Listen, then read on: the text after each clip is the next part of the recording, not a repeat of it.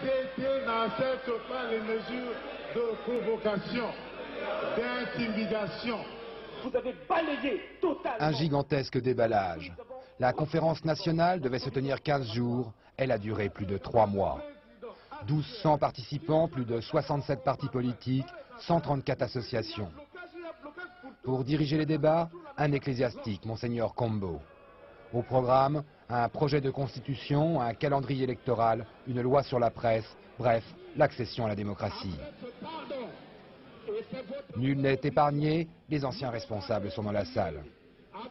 Une psychothérapie nationale où les ministres doivent demander la parole, où d'anciens dignitaires pleurent, où les politiques sont sommés de s'expliquer. Alors je crois qu'il faut absolument cesser avec ces méthodes. Et tout ce qui se dit ici est archi faux. Principale cible, le président Sassou Nguesso, la police politique, l'armée qui, malgré les vives attaques dont elle fait l'objet, n'intervient pas. Nous pensions que nous ne devrions pas aller à la conférence en trichant, à la démocratie en trichant. Mais s'il y avait, disons, des tendances, des velléités de pouvoir profiter de la conférence pour s'emparer du pouvoir par la force, l'armée aurait réagi. Comment vous expliquez psychologiquement ou culturellement que l'armée congolaise ait décidé d'emblée de jouer le jeu, ce qui n'a pas été le cas au Mali ou dans d'autres pays africains? J'avoue qu'il faut qu'il y ait de la volonté, l'armée a des dirigeants, il faut qu'il y ait une volonté ferme de la part de ces dirigeants d'aller vers la démocratie. Et puis la démocratie en Afrique, vous savez, c'est à un moment donné, on l'a senti comme une nécessité. Et puis on n'avait pas de choix. Après ce qui était arrivé dans les pays de l'Est, il fallait bien aller vers cette démocratie. Mais y aller sincèrement, jouer le jeu comme on dit. Lorsqu'on veut vérifier si un cadre a détourné, Monseigneur, le Congo vit tout entier au rythme de ses états généraux. Dès les premières heures, la journée continue a été instaurée pour que les Congolais puissent suivre en direct leur histoire. À chaque coin de rue, on entend crépiter les radios, tandis que des haut-parleurs diffusent en permanence dans toute la ville les débats. À 3 jours de sa clôture, la conférence nationale s'apprête à nommer un Premier ministre. Il sera chargé d'assurer la transition démocratique et le bon déroulement des futures élections. Après 4 tours de scrutin, le nom du Premier ministre est connu. Il s'agit d'André Milongo, ancien administrateur de la Banque mondiale. Il ne devance que de quelques voix le professeur Pascal Lissouba, le futur président du Congo.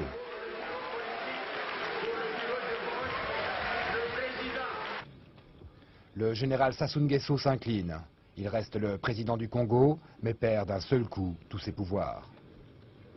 Devant la conférence nationale réunie, il est contraint d'échanger le drapeau marxiste contre les couleurs vertes, jaunes et rouges de l'indépendance. Vous échangez le drapeau marxiste contre le drapeau qui était le drapeau de l'indépendance. À ce moment-là, quel est votre état d'esprit? Bon, drapeau marxiste, c'est vous qui le dites. Alors je vais reprendre ma question. C'était le drapeau de la République à un moment de l'histoire de ce pays. Et les changements voulus par le peuple ont engagé le pays dans cette direction et il était normal que la volonté de ceux qui étaient censés représenter le peuple soit respectée. Oh, il ne peut pas manquer une pointe d'émotion à un moment comme cela, mais nous étions assez sereins. Je crois que vous avez vu les images de la cérémonie si vous n'étiez pas témoin.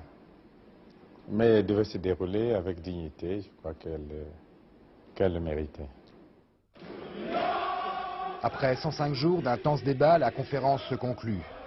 Le président Sassou s'engage à apporter son soutien au Premier ministre qui dirigera le pays pendant 12 mois sous le contrôle d'un Conseil supérieur de la République. Il se prête même à la cérémonie du lavement des mains en signe de pardon avant d'embrasser celui qu'il avait renversé en 1979 et laissé sans jugement en détention pendant près de 11 ans. Les gens se déchaînaient aussi, il fallait voir, surtout la jeunesse. Ils s'attaquaient aux personnes d'un certain âge, surtout une catégorie de personnes, ceux qui se disaient marxistes surtout en général. Et il y avait ce qu'on appelait les scuds. Oui, mais les scuds... C'était quoi les scuds? Les scuds, c'est chaque fois que, par exemple, vous attaquez un ministre, vous attaquez le président de la République sur le plan financier. Le scud, c'est en fait les choses qui ne se disaient pas, mais qui se disaient pour la première fois. Ce qui fait que les gens étaient tous accrochés à la radio. Tout le monde regardait, suivait et tout. Ça faisait vraiment partie intégrante de la vie courante de tous les jours. Et les commentaires, selon que l'un ou l'autre avait donné des scuds ou pas des scuds. Donc c'était vraiment... c'était un petit peu comme si c'était un film permanent que chacun essayait de vivre.